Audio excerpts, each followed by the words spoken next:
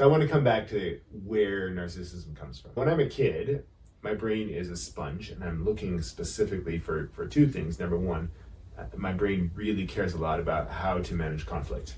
Because like as a child, you get in conflict, you don't know what to do, and so you look into mostly your parents. The most powerful people in your life are your parents. Yeah. And so how does mom handle conflict? How does dad handle conflict? And so that's one thing. And so if you're around a narcissistic parent, you're going to learn the way a narcissist handles conflict. Yeah. And then the other thing you're looking for is how to be more powerful. So, a child's sense of powerlessness is pretty intense. Kids know they have no power.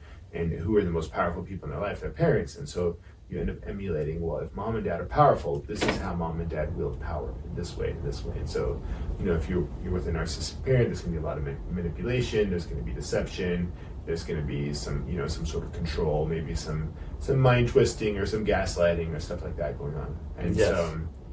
So you learn those things because your brain is programmed to figure out how to have more power in the world. Yeah. And you pick up on what you see.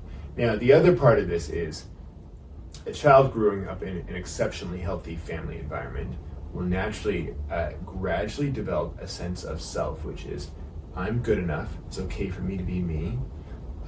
As I get older, I need less and less and less external approval and external guidance. So there's this natural ramp from age 0 to age 20, where if you grow up in a really healthy family, by the time you're 20 years old, you actually feel pretty good about who you are, just intrinsically.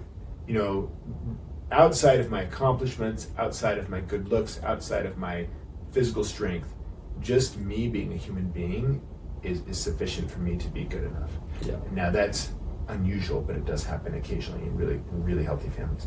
In more of a normal family, what happens is parents have a tendency to try to strip away that intrinsic sense of self and replace it with an external sense of self, which is based on the parents' approval.